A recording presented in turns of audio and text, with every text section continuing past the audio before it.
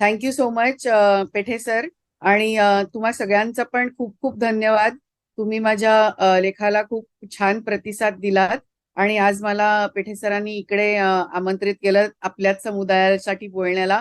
तो एक हे माझ्यासाठी खरंच आजचं चॅलेंज आहे. काय पुढे मागे झालं तर प्लीज क्षमा करा. ते एक छोटीशी माझी स्वतःची ओळख करून देते. मी born and brought up Mumbai, Balmohan शाळा, मग रुपारेल आणि मग MBBS जे मधनं केलंय मी. त्याच्यानंतर MS general surgery from Bombay hospital आणि नंतर मी 2002 पर्यंत इंग्लंडमध्ये काम करत होते. तिथे मी FRCS केलं. त्याच्यानंतर मी मुंबईत येऊन गेले 20 वर्ष इथे प्रॅक्टिस करतेय. सो आता मी सध्या प्युअरली ब्रेस्ट सर्जन म्हणून काम करते. अधेमध्ये मला जनरल सर्जरी करावं लागतं, but that is not my passion. तर बाकीची सगळी तुम्हाला इथे लिहिलेलं आहे काय काय मी करते ते. तर आज आपण दिवाळीच्या दिवशी भेटतोय. तर तुम्हा सगळ्यांना माझ्यातर्फे दिवाळीच्या खूप खूप शुभेच्छा. आज धनत्रयोदशी आहे. तर पेठे सरांनी सांगितलं तसं आपण धनाच्या बरोबर धन्वंतरीचीही पूजा करूया. आणि एक मिनिट. ही धन्वंतरी देवता आहे. तर देवतेने आपल्यावर उत्तम आरोग्याचा वर्षाव करावा, अशी माझ्याकडनं देवाला प्रार्थना आहे. तर आता आजच्या दिवशी आपण हे टॉक ठेवलाय. तर मी आपलं आरोग्य चांगलं कसं होईल यावर बोलायचं माझा विचार आहे, ना की माझा जो लेखाचा टॉपिक होता ब्रेस्ट कॅन्सर तो. कारण आज आपण एवढ्यावरच बोलूया की आपण आपलं आरोग्य जे उत्तम आहे ते अजून कसं उत्तम करता येईल आणि ते उत्तम आरोग्य कसं आपल्याला मेंटेन करता येईल. तर हेल्थ म्हणजे एक्झॅक्टली काय? सॉरी, मी माझ्या सगळ्या स्लाइड्स इंग्लिशमध्ये आहेत. हे एवढं सगळं मराठीत लिहिणं इज व्हेरी डिफिकल्ट. तर हेल्थ म्हणजे एक्झॅक्टली काय? तर WHO म्हणजे वर्ल्ड हेल्थ ऑर्गनायझेशनच्या नुसार health is defined as physical, mental, social wellbeing. म्हणजे फक्त आपण फिजिकली फिट असलो की फिट आहोत असं नाही म्हणतायत. तर मेंटली सुद्धा आपण तेवढेच साऊंड माइंडेड पाहिजे आणि आपण सोशल सर्कल सुद्धा चांगलं पाहिजे. आणि फक्त रोगराई आपल्याला नाही म्हणजे आपण फिट आहोत असं नाही म्हणतायत. हे WHO नी 19व्या शतकात म्हटलंय.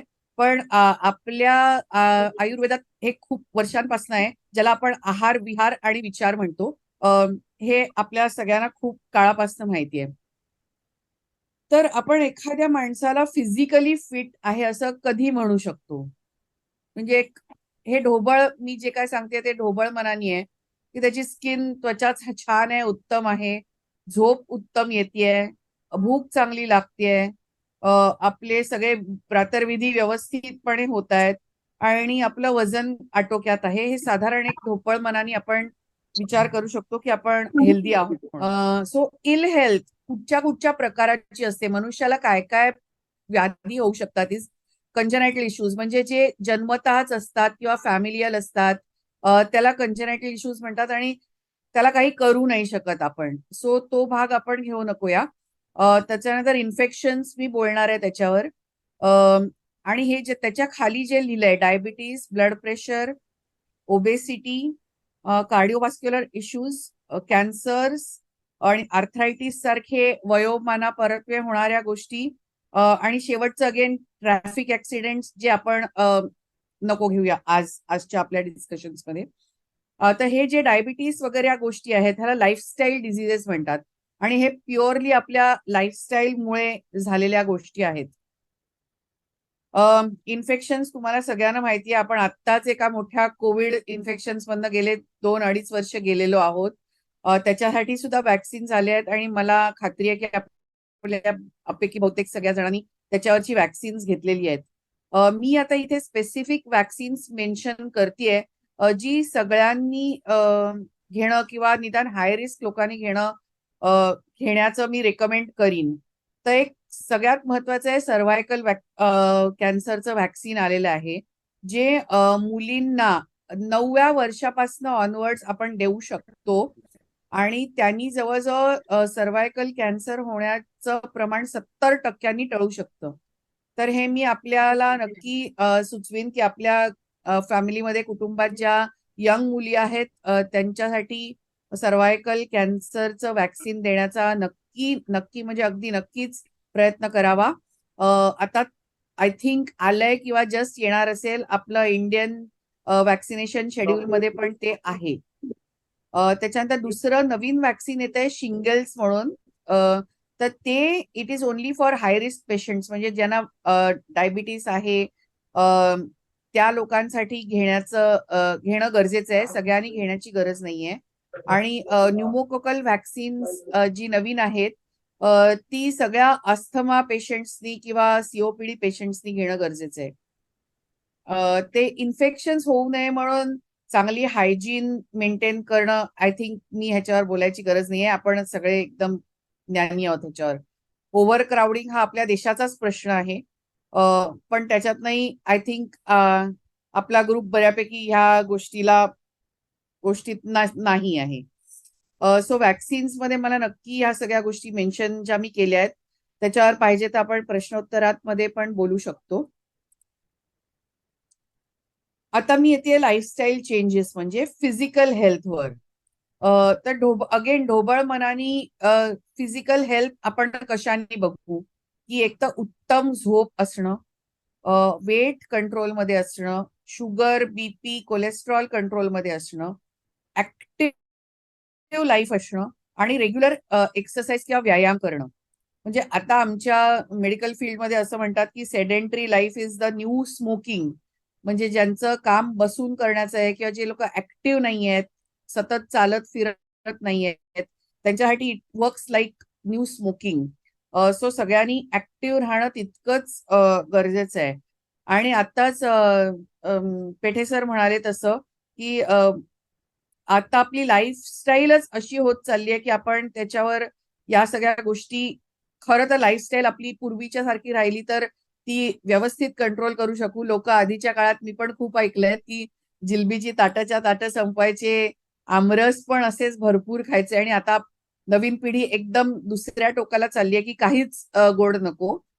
तेही हेल्दी नाहीये. आणि हे काहीच गोड नको किंवा वजन वाढण्याचा हे प्रकार आहे कारण आपली लाईफस्टाईल खूप इनऍक्टिव्ह होत चालली आहे. एस्पेशली आत्ताची यंग पिढीची आहे जी 20s 30s 40s मध्ये आहे. आणि एस्पेशली जे आय टी क्षेत्रात आहेत त्यांचं तर लाईफ एकदम इनऍक्टिव्ह झालेलं आहे. सेडेंटरी लाईफस्टाईल कम्प्लिटली म्हणता येईल. तर त्याच्यामुळे हे आपल्याला शुगर्सचे प्रॉब्लेम पण व्हायला नक्कीच लागलेले आहेत. त्याच्यात अजून एक मी मेन्शन करेन की आपला भारतीयांचा डीएनएच असा आहे की we are more prone to develop diabetes. So जरी आपण शुगर खाल्ली आणि व्यवस्थित एक्सरसाइज केला, शुगर वेट कंट्रोलमध्ये ठेवलं तर इट्स ओके. असं काही नाहीये की पूर्णपणे आपल्याला शुगर टाकूनच दिली पाहिजे. कारण जिथे बघाल तिथे आजकाल लिहिलेलं असतं की sugar is a toxic substance. असं काही आपल्याला खरंच म्हणता येणार नाही. कुठच्याही गोष्टीची अतिशयोक्ती करणं हेही बरोबर नाहीये. तर आता मी डाएट आणि एक्सरसाइज वर थोडं बोलते. तर आपली जी इंडियन थाळी आहे किंवा आपली जी महाराष्ट्रीयन थाळी आहे मी असं म्हणेन ती एकदम परिपूर्ण आहे. म्हणजे ते आपलं एकदम बॅलन्स डाएट आहे. फक्त त्याच्यात आपल्या डाव्या बाजूला आपण जे कोशिंबिरीचा प्रकार थोडासाच घातलेला आहे त्याच्यात आपल्याला भरपूर ऍडिशन करून भरपूर फायबर असणं एक महत्वाचं आहे. आणि तसंच फळं आपल्या या जेवणामध्ये कुठे येत नाहीत. पण ते आपल्या जेवणात नाही आपण मधल्या वेळेस जनरली फळं खाण्याची प्रवृत्ती असते किंवा सकाळी नाश्त्याला ते करणं गरजेचं आहे. ह्या आपल्या थाळीमध्ये एक अभाव मला जाणवतो ते म्हणजे प्रोटीन्स खूप कमी असतात. आणि ओव्हरऑलच भारतीय जेवण कार्बोहायड्रेट्स म्हणजे कार्बोदकांमध्ये जास्ती असतात आणि आपल्या जेवणात प्रोटीन्स कमी असतात. तर आता तुम्ही बघा भात आणि पोळी हे सगळी कार्बोहायड्रेट्स आहेत. आपलं फक्त वरण किंवा आमटी ह्याच्यातच फक्त आपल्या प्रोटीन्स येतात. आणि तसं सुद्धा प्लांट बेस्ड प्रोटीन्स हे खूप प्रमाणात खाल्लं तरच त्यातनं आपल्याला हवे असतील तेवढे प्रोटीन्स शरीराला मिळू शकतात. पण ओव्हरऑल आपलं म्हणजे व्हेजिटेरियन जेवण तर प्रथिनांमध्ये खूपच कमी आहे. तर त्याच्यासाठी मी सुचवीन की आपल्या जेवणात कडधान्य असणं गरजेचं आहे. जे लोक नॉनव्हेज खातात त्यांना काही प्रॉब्लेम नाहीये. पण व्हेजिटेरियन डाएट तसं पण प्रोटीन डेफिशियंट असतं. तर त्याचा आपल्याला एक थोडा विचार करावा लागेल की आपल्या जेवणातलं प्रोटीन्स आपण कसं वाढवू शकू आणि कार्बोहायड्रेट्स थोडं कसं कमी करू शकू. त्याच्यानंतर एक्सरसाइज. आपण खूपसे लोक, मला असं वाटतं की आपण 40च्या पलीकडचे आहोत. जे यंगर असतील त्यांना तर प्रश्नच नाहीये. तर दोन प्रकारचे एक्सरसाइज असतात. जे लोक एक्सरसाइज करतात त्यांना रेग्युलरली माहिती असेल की एक कार्डिओ ट्रेनिंग असतं आणि एक वेट्स असतं. तर आपलं जसं वय वाढत जातं तसं आपण फक्त चालण्याकडे भर देत असतो. तर असं न करता आपल्याला कार्डिओ एक्सरसाइज आठवड्यातनं दोनदा तीनदा आणि आठवड्यातनं दोनदा तरी वेट्स किंवा रेझिस्टन्स ट्रेनिंग करणं खूप गरजेचं आहे. आणि जसं आपलं वय वाढत जातं तसं जास्तच महत्वाचं आहे. आपण नुसतं आपलं हृदय आणि फुफ्फुस फिट ठेवून चालतोय भरपूर, काही प्रॉब्लेम नाहीये, एवढ्यानी आपला फिटनेस नाही राहू शकत. कारण जसं वय वाढतं तसं मसल मास ऍक्च्युली कमी होत राहतं. आणि मसल मास आपलं कमी होतच वयानुसार. ते त्या कमी होण्याचा स्पीड कमी करण्यासाठी आपल्याला वेट्स ट्रेनिंग करणं खूप महत्वाचं आहे किंवा रेझिस्टन्स वर्कआउट करणं खूप महत्वाचं आहे. आता ह्याच्यात माझ्यासारख्या पण माणसाला जिम मध्ये जाणं फारसं काही मला रुचत नाही. कारण एक आपलं लहानपण असं गेलंय जिथे आपण मस्त मजेत खेळलोय, बाहेर खेळलोय. तर मला ते एसी मध्ये जिम मध्ये जाणं फारसं आवडत नाही. तर तुम्ही थोडेसे वेट्स 2 किलोचे 5 किलोचे घरात पण ठेवू शकता. आणि त्याच्यात आठवड्यातनं दोनदा आता युट्यूबवर सगळ्या टाईपचे प्रकार तुम्हाला अपर बॉडी लोअर बॉडी करता येतात. आणि ते करणं माझ्या मते, मी तर अजिबात जिमला जात नाही. पण मी माझ्या घरात 2 किलो आणि 5 किलोचे वेट्स आहेत. आणि मी हे रेझिस्टन्स ट्रेनिंग पण करते. आता मी हा शब्द खाली लिहिलाय सार्कोपिनिया. तसं तुम्ही सगळे म्हणाल की एक्सरसाइज बद्दल सगळ्यांना माहिती आहे. एक गोष्ट मी विसरले, कार्डिओमध्ये जेव्हा आपण चालतो किंवा धावतो, स्विमिंग करतो, तेव्हा तुमचा हार्ट रेट 1.5 टाइम्स झाला पाहिजे. तरच त्या चालण्याला किंवा धावण्याला आपण एक एक्सरसाइज असं म्हणू शकतो. म्हणजे तुम्ही उठल्या उठल्या सकाळी उठल्यावर पहिल्यांदी बेडमधनं बाहेर न येता तसंच झोपलेल्याच स्थितीत आपली पल्स बघायची. तर ती पल्स जर का 70 असेल, तर तुम्ही जेव्हा चालता तेव्हा ती पल्स 105 110 झाली पाहिजे. आणि त्या लेवलवरती तुम्हाला 25 मिनिटं ते अर्धा तास तरी त्या लेवलवर राहिली पाहिजे. तरच त्या गोष्टीला एक्सरसाइज असं म्हणता येईल. अ, मित्रांबरोबर चालणं फिरणं हा विरंगुळा असू शकतो, पण एक्सरसाइज नाही. अ, तुमची पल्स जर का 80 असेल तर ती एक्सरसाइजनी वाढून 120च्या जवळ जाऊन त्या लेवलला ती अर्धा तास राहिली पाहिजे. ह्याच्यासाठी जे सगळे तुम्हाला सांगतात की तो वाचलं पण असेल, 45 मिनिट्स वॉक करणं गरजेचं आहे. ते ह्याच्यासाठी की पहिली 10 मिनिटं तुम्ही हळूहळू करत करत स्पीड वाढवायचा आहे. जेवढा तुम्हाला मेंटेन करता येईल तेवढं. आपण तो स्पीड मात्र मग पुढचा अर्धा तास तेवढाच राहायला पाहिजे. तर तो हाय स्पीड राहायला पाहिजे. जे कोण नवीन एक्सरसाइज सुरू करणार असेल त्यांनी हळूहळू स्पीड वाढवा. पुढचे 6 आठवडे 2 महिने घेऊन त्या स्पीडला आलं पाहिजे. आणि साधारणतः 45 मिनिट्स मध्ये 4.5 किलोमीटर्स चालणं, म्हणजे 6 किलोमीटर्स पर आवर चालणं हा एक आयडियल एक्सरसाइजच्या दृष्टीने चालण्याचा स्पीड असू शकेल. किंवा त्याच्यापेक्षा जास्त पण कमी नाही. तर आपण ह्या दोन्ही गोष्टी बघितल्या की कार्डिओ आणि वेट्स. आता मी एका महत्वाच्या टॉपिककडे येते, सार्कोपिनिया. हा मी एक शब्द लिहिलाय तुम्हाला, की मी एक तुम्हाला आयडिया देतेय. तुम्ही गुगल करू शकता. जसं आपलं वय वाढत जातं तसं मी आधीच म्हटलं की मसल मास कमी होत जातं. बायकांमध्ये लवकर, पण पुरुषांमध्येही होतच. फॉर एक्झाम्पल तुम्ही बघाल की जसं वय वाढत जातं तसं 70च्या नंतर 75च्या नंतर लोकांचे पडण्याचे इन्सिडेन्सेस वाढतात. किंवा तुम्हाला आजूबाजूच्या बऱ्याच लोकांना तुम्ही हळूहळू काठी घेऊन चालताना बघाल. तर हे का होतं? तर त्याचं कारण आहे मसल लॉस. आणि मसल लॉस आपल्याला स्लो करायचं. त्याच्यासाठी पायावर आपण स्टेडी असणं हे फिटनेसच्या दृष्टीने सगळ्यात महत्वाचं आहे. तुम्ही कितीही लिफ्ट करा, वेट्स किंवा रेझिस्टन्स ट्रेनिंग अप्पर बॉडीचं करा, पण lower body is more important in fitness than upper body. Upper बॉडीला जनरली काय आपल्याला वेट्स उचलायचे नसतात, चहा प्यायचा असतो, जेवण जेवायचं असतं, स्वतःची सगळी कामं करायची असतात आणि ऍट द मोस्ट मार्केटमधनं भाजी आणली, ग्रॉसरी आणली, दॅट्स इट. पण आपल्या लोअर बॉडीला आपलंच वजन पेलायचं असतं. तर ते वजन एक तर महत्वाचं आहे की कंट्रोलमध्ये ठेवणं, किंवा आपला बीएमआय जो आहे ते तुम्हाला गुगल करून आपला बीएमआय किती ते बघता येईल. तर हे सार्कोपिनिया म्हणजे मसल लॉस आणि त्याच्याबरोबरच बोन लॉस. बोन लॉस म्हणजे बोन्स ठिसूळ होणं, त्याला ऑस्टिओपोरोसिस, ऑस्टिओपिनिया असे बरेच कॉम्प्लिकेटेड शब्द आहेत. पण हे सार्कोपिनिया जर का लवकर व्हायला लागलं तर आपली स्टेबिलिटी जाते, आपण धडपडायला लवकर लागतो, काठी लवकर येते, आणि ज्या माणसांना हे होतं ना त्यांचं आरोग्य फटफट फटफट खाली जात जातं.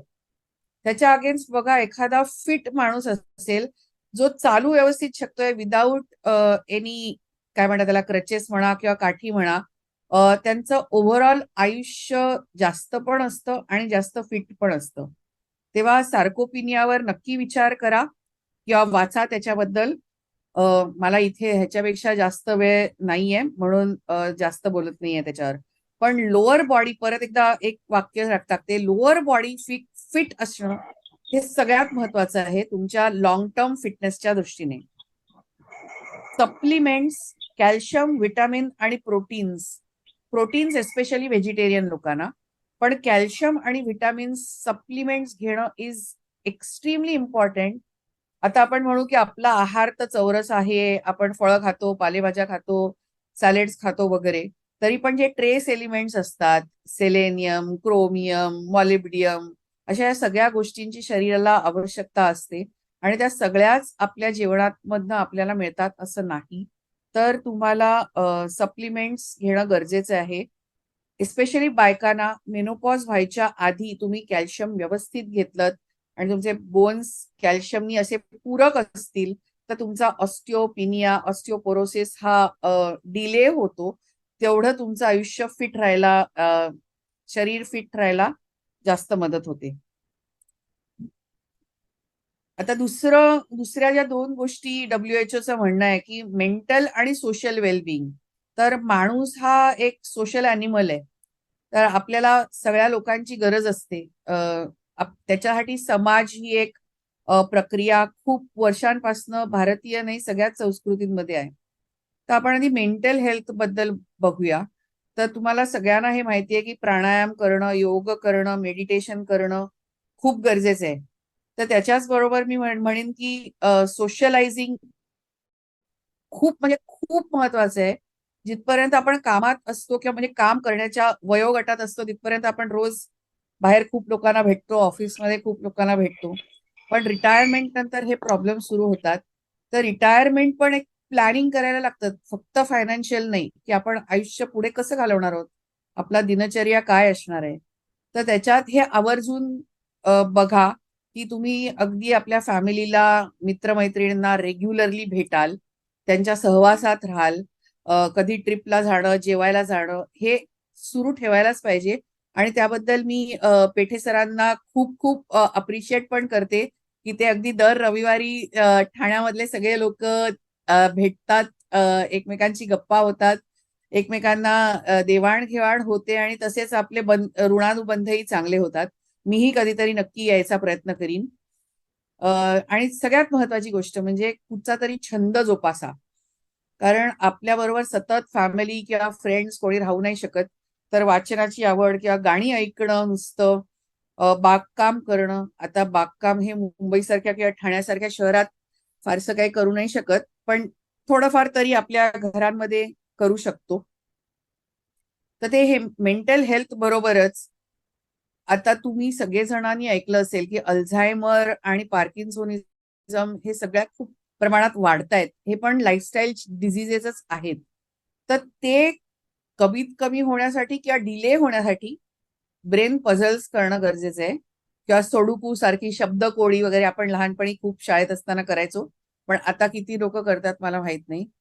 एक गोष्ट या ग्रुपमध्ये मी नक्की नमूद करेन की स्टॉक मार्केटमध्ये असणारे लोक कधीही ब्रेन वाईज डल होणं शक्य नाही.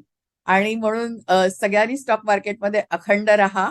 आणि मी पण माझी रिटायरमेंटची तयारी करते असं म्हणा की पुढे जाऊन मार्केट रोज बघायचंच आहे, त्याच्यात डोकं लावायचंच आहे. आणि आय एम शुअर की आपल्याला कधी हे अल्झायमर आणि पार्किन्सोनिझम सारखे प्रॉब्लेम्स होणार नाहीत किंवा डिमेन्शिया. दुसरी महत्वाची गोष्ट आपली ब्रेन पॉवर चांगली राहण्यासाठी, कारण जसं वय वाढतं तसं ब्रेनचा साईजही श्रिंक होत जातो. मग मेमरी लॉस, आपल्याला पटकन लोकांची नावं लक्षात येत नाहीत. आणि माझ्या आजीला तर खूप व्हायचं. मोठ्या मुलांपासनं मग हळूहळू नातवंडांपर्यंत सगळ्यांची नावं घेत घेत मग ती पोचायची कोणाबरोबर तरी, कोणाच्या नावावर तरी बरोबर यायला. तर असं आपलं होऊ नये. कानाचं ऐकणं कमी होऊ नये, डोळ्याचं दिसणं कमी होऊ नये. म्हणून आपल्याला ब्रेन फंक्शनही कसं, जसं फिजिकल बॉडीचं आता मी बोलले तसंच ब्रेनही आपलं कसं शार्प राहील ते बघणं गरजेचं आहे. तर त्याच्यासाठी मी तुम्हाला काही गोष्टी सांगते. त्यात एक मी एक मी गोष्ट मगाशी सांगायला विसरले की आपल्या शरीराला किती प्रोटीन्सची गरज असते. तर that is 1 gram per lean body weight. म्हणजे एखाद्या माणसाचं वजन 70 किलो असेल तर साधारण लीन बॉडी वेट 50 किलो तरी असतं. सो तुम्हाला दिवसभरात 50 ग्रॅम प्रोटीन घ्यायचं आहे. In vegetarian diet is practically difficult. तर तुम्ही 2 ग्लास दूध पिऊ शकता. That will give you around, प्रत्येक 1 ग्लास दुधात साधारण 6 ते 7 ग्रॅम प्रोटीन असतं, म्हणजे 14 ग्रॅम प्रोटीन झालं. 2 वाट्या वरण खाल्लं तर एक अजून 10 ग्रॅम प्रोटीन. पण 50 gram protein is impossible in vegetarian diet unless you are eating every day paneer. Cheese मध्ये सुद्धा प्रोटीन्स जास्त नसतं, फॅट असतं जास्ती. सो व्हेजिटेरियन लोकांचा हा प्रॉब्लेम आहेच. So I supplement. मग त्याचं काय प्रमाण घ्यायचं कारण त्यांचा जो स्कूप असतो ना तो फारच मोठा असतो. मी एक हायप्रो नावाचं प्रोटीन घेते, पण तुम्ही म्हणलात तसं प्रोटीन एक्स पण त्या एक स्कूप मध्ये किंवा तुम्ही 2 स्कूप घेत असाल तर त्याच्यात किती ग्रॅम्स प्रोटीन्स आहेत ते बघा. आणि त्याचा मेळ ओके. कॅलरीजची पण ठेवायला लागतो, कारण काही काही म्हणजे basically you have to see की जी प्रोटीन पावडर घेता त्याच्यात किती ग्रॅम्स प्रोटीन आहे आणि किती कॅलरीज पण येते. काही काही म्हणजे बेसिकली प्रोटीनचं पर्सेंटेज बघायला पाहिजे, कारण आपल्याला जरी वाटत असलं की आपण प्रोटीन पावडर घेतोय तरी ते तुम्ही 10 ग्रॅम घेत असाल तर ते पूर्ण 10 प्रोटीन नसतं. So you have to check बरोबर की किती ग्रॅम म्हणजे किती पर्सेंटेज प्रोटीन्स आहे. आणि त्याच्याबरोबर कॅलरी इंटेक सुद्धा ह्यूज होता कामा नये. बरोबर. करेक्ट. थँक्यू. येस, होता की बच्चन एवढा फिट कसा असा, तर तो आहे लेफ्टी आणि तो राईट हँडचा वापर जास्त करतो का काय माहिती नाही मला. नाही नाही, बट नाही नाही, त्यांचं मेन कारण आय थिंक इज की त्यांनी कधी काम करणं सोडलं नाही. आणि ऍक्च्युली त्यांचे चॅलेंजेस लाईफमध्ये त्याच वयाला सुरू झाले, साधारण जेव्हा लोक जनरली स्लो डाऊन तरी होतात किंवा रिटायर होतात त्या वयाला. So he had a huge task आणि huge loans and debts to clear. So त्यांनी जर का नसतं केलं म्हणजे त्यांना, म्हणजे असं म्हणतो चॅलेंजेसनी ते उभे राहिले, असं आहे त्यांचं ऍक्च्युली. आणि थँक्यू. आमचं ते रविवारचं गेट टुगेदर असतं, मिनी गेट टुगेदर म्हणतो आम्ही त्याला. तर तो चाय पे चर्चा म्हणण्यापेक्षा आम्ही आय पे चर्चा जास्त करतो. सोबतीला चाय असतो फक्त. तर आय नो. हा बोला ना. हॅलो. बोला बोला. वॉटर इंटेक आणि प्रोटीन सप्लिमेंट्स घेतल्या तर रिनल फंक्शन टेस्ट किती महत्वाचे आहेत? Daily water intake. Water intake तर भरपूर पाहिजे. आता वॉटर इंटेक साधारण असं असतं की 25 किलो वजनाला 1 लिटर पाणी पिणं अपेक्षित आहे. म्हणजे प्रत्येकाने ठरवा आपापल्या वजनानुसार की किती पाणी पिणं गरजेचं आहे ते. आणि प्रोटीन्सच्या बाबतीत म्हणाल तर तुमचं बरोबर आहे. डायबिटिक असाल तर प्रोटीन्स एकदम एका वेळेस खूप मोठे घेता येणार नाहीत, किंवा नॉर्मल फंक्शनिंगसाठी सुद्धा ते प्रोटीन दिवसभराच्या जेवणात डिवाइड व्हायला पाहिजेत. असं एकच डाएट, एकच मील फुल प्रोटीन्स आणि मग बाकीच्या जेवणामध्ये कमी प्रोटीन्स किंवा नो प्रोटीन्स, फक्त कार्बोहायड्रेट्स, असं नाही. म्हणून एक म्हणूनच ते बॅलन्स डाएट, प्रत्येक डाएटमध्ये कार्बोहायड्रेट्स, प्रोटीन्स, फॅट्स, विटामिन्स सगळं असणं गरजेचं आहे. तसं ते डिवाइड व्हायला मॅडम पाहिजे. एक प्रश्न होता. बोला बोला. हा, मध्ये मला युरिन मध्ये युरिक ऍसिड डिटेक्ट झालं. हा तर तेव्हा म्हणजे कंबर विंबर दुखायची म्हणून टेस्ट केलं होतं. तर युरिक ऍसिड डिटेक्ट झाल्यानंतर डॉक्टरनी सांगितलं की तुम्ही प्रोटीन डाएट कमी करा. तर मग अशा परिस्थितीत आपण मग मॅनेज कसं करायचं? हो, इट इज व्हेरी डिफिकल्ट. पण युरिक ऍसिडचं एक चांगलं आहे की ते तुम्ही भरपूर पाणी प्यायला ना तरी युरिक ऍसिडची लेवल कमी मेंटेन राहायला मदत होते, कमी राहायला म्हणजे. तर तुम्ही ते पण बघा, त्यांनी खूपशा प्रमाणात कमी होईल. आणि मी आता म्हटलं तसं प्रोटीन डिवायडेड डोसेस मध्ये घ्या. म्हणजे ब्रेकफास्ट मध्ये प्रोटीन्स, लंच डिनर मध्ये 6 प्रोटीन्सचे हे घेऊ शकता तुम्ही. एक मोठं meal with protein is also difficult. आणि जसं वय वाढत जातं तसं ते प्रोटीन डायजेशनचा पण प्रॉब्लेम होत जातो. एस्पेशली डायबिटिक लोकांना आणि ज्या लोकांना किडनी प्रॉब्लेम्स आहेत त्यांच्यासाठी जास्त त्रासदायक आहे व्हेरी हाय प्रोटीन्स घेणं. हॅलो, बोला ना. मॅडम मी पोस्ट पोलिओ पॅरालिसिस मला झालेलं आहे लहानपणी. त्यामुळे माझे लेग मसल्स वीक आहेत आणि आता माझं ओके. एज 60 झालेलं आहे. त्यामुळे मला स्टेप्स क्लाइंब करायला किंवा याला खूप त्रास होतो किंवा जनरल डे बाय डे ते जाणवतं. तर त्यासाठी तुम्ही जो डिसीज जो मसल ह्याचा डिट्युरेशनचा जो हे आहे तर त्याच्यासाठी काय म्हणजे उपाय आहे किंवा त्याला दुसरं काय आहे म्हणजे सोल्युशन? तुम्हाला ना म्हणजे कोणालाही ऍटलिस्ट जेवढं आहे तेवढं फंक्शनिंग मेंटेन करणं पण गरजेचं आहे. तर तुमच्यासाठी बेस्ट एक्सरसाइज स्विमिंग. म्हणजे कुठेही शरीराचा वजन तुमच्या पायांवर येत नाही, पण तरी तुमच्या पायांची activity will be absolutely fantastic. Issues नसतील तर तुम्ही मॅडम प्रोटीन मेंटेन ठेवा चांगलं. मी तुम्हाला सांगितलं तसं वजनानुसार प्रोटीन्स जात की नाही ते चेक करा. आणि सायकलिंग करताय तुम्ही, that is a very good exercise. ते तुम्ही कंटिन्यू ठेवा. आणि तसंच ओके. तुम्हाला पण म्हणजे तुम्हाला सायकलिंग बाकीच्या लोकांच्या चालण्याच्या वर म्हणजे ते सबस्टिट्यूट करायचंय. तर तुम्ही पण सायकलिंगचा स्पीड हळूहळू वाढवत जो काय ठेवाल तो स्टेडी ठेवून तुमचा पल्स वाढतीये ना तेवढ्याकडे लक्ष द्या. हा हा हा माझी ओके. अशी रिक्वेस्ट आहे सगळ्यांना की मॅडम किंवा त्यांच्यासारखी महत्वाच्या व्यक्ती या जेव्हा आपल्या इथे आपल्यासाठी आपल्या मीटिंगसाठी वेळ देतात तर त्यावेळेला त्या अतिशय महत्वाच्या कामामधनं वेळ काढून आपल्यासाठी सहज गप्पा मारायला आणि एक नॉलेज शेअरिंगच्या ह्याच्यासाठी आलेले असतात. तर आपण डायरेक्ट त्यांना फोन करायच्या ऐवजी आधी मेसेज करावा की कुठल्या वेळेला फोन केलेला ठीक राहील तो, आणि मग त्यांनी सांगितलेल्या वेळेला आपण फोन करायला जास्त योग्य राहील ते असं मला वाटतं. अजून जर काही एखादा प्रश्न असला तरच फक्त आपण घेऊया. बाकी अदरवाईज मॅडमने आपल्यासाठी ऑलरेडी 1 तास काढलेला आहे. त्याबद्दल त्यांचे मनापासून आभार. आणि खूप छान नाही, नो माहिती मिळाली प्रॉब्लेम मॅडम. पेठे साहेब. आज काय दिवाळीचा दिवस आहे, काही नाहीये. पूजा करून आरामात बसली आहे. ग्रेट, बढिया. आणि असं ज्या वेळेला एखादा डॉक्टर इतका निवांत बसलेला असतो ना तर असे त्यांचे दवाखान्यामध्ये सुद्धा ते असे जर बसलेले दिसले तर ते एक स्वप्न असेल असं की डॉक्टर आपल्या आरामात बसलेले आहेत आणि तुमचं डाएट आणि तुमची दंगामस्ती चालू द्या. मी सांगतोय त्या पथ्यांचं फक्त पालन करा आणि आम्ही आहोतच काही झालं तर बघायला. आणि असे दवाखाने ओस पडलेले आणि मेडिकलच्या दुकानांसमोर अजिबातच गर्दी नाही, हे स्वप्न साकार झालेलं आपण आपल्या ग्रुपपैकी आणि आपल्या नियरेस्ट आणि डिअरेस्ट विषयी तरी बघता येईल असं मी आशा करतो. माझं नाव गोपाळ आहे. माझं कन्सिस्टंटली म्हणजे कोलेस्ट्रॉल हाय येत आहे. मी 3 वेळा चेक केलं तर कन्सिस्टंटली हाय येत आहे. तरी मी त्याच्यासाठी सकाळी पण मी जॉगिंगला वगैरे जातो. आणि सेम वे मला प्री डायबेटिक झोन मध्ये मी लास्ट 1.5-2 ते वर्षापासून आहे. माझं एज 35 आहे. सो आय थिंक पहिली गोष्ट तुम्हाला वजन बघायला लागेल तुमचं, की whether you are in to normal BMI. BMI म्हणजे बॉडी मास इंडेक्स. ते तुमच्या वजनावर आणि उंचीवर अवलंबून असतं. तर ते तुम्हाला गुगल केलं तर मिळेल.